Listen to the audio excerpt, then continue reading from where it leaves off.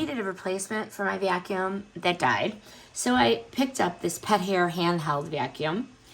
It's sleek in red, kind of like it. And it's surprisingly lightweight, just a little over 2 pounds, which I like.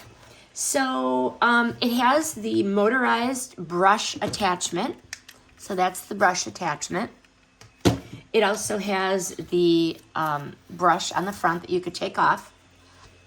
Comes with the extra filter. I already talked about that. And then the cord to charge it. I do like that it has the light. It has the light when you turn it on. And I like when you press the button, it stays consistently on. You do not have to press and hold.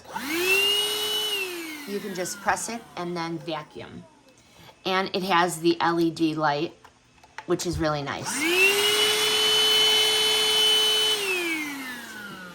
So I like it's cordless. I like it has the light. I could use it on my car, on my couch, on my stairs, which is nice.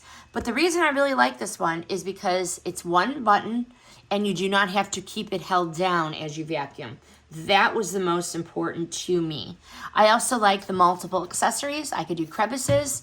I can do my couch or my car seats. And it's not going to chew anything up.